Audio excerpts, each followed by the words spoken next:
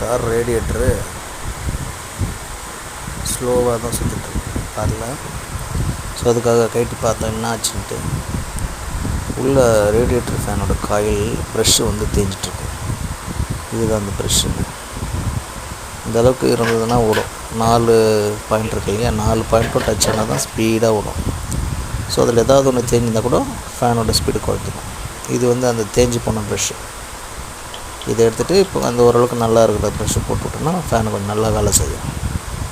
இது அந்த பழைய ரேடியேட்டர் ஃபேனோட காயில். இது என்கிட்ட 3 காயில் இருந்தது, அதனால் பழசை எடுத்துகிட்டு இதில் தூக்கி அதில் போட்டு மாற்றி ஓட்டி பார்க்குறேன்.